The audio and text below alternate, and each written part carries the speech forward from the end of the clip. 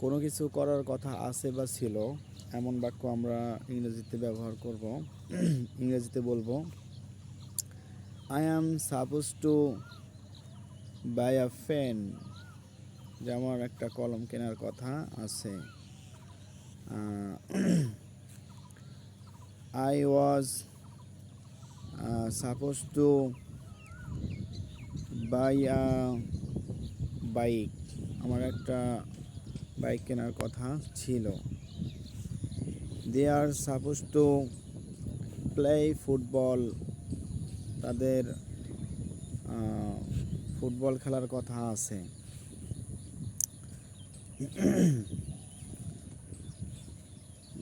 I am suppose to I was suppose to go to market.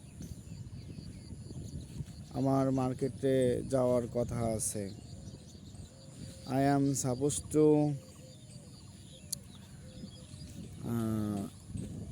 I am supposed to read. I am supposed to read magic books. I am supposed to English book read at night. আমার রাতে English বই পড়ার কথা আছে। I am supposed to watching English video. যে আমার ইংরেজি video দেখার কথা আছে।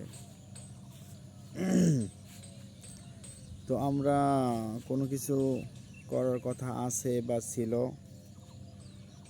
এই কথাগুলো আমরা এভাবেই I am suppose to, I was suppose to, they are suppose to, আমরা এইভাবে ব্যবহার করব।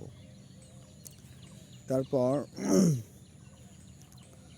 কোনো জায়গায় অর্থাৎ দূরে কোথাও কিছু আছে, যেরকমভাবে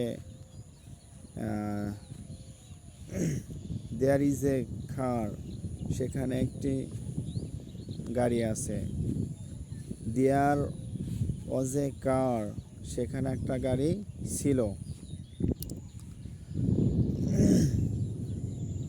দেয়ার ওয়ার দেয়ার ওয়ার 20 কার্স, সেখানে 20টি গাড়ি আছে।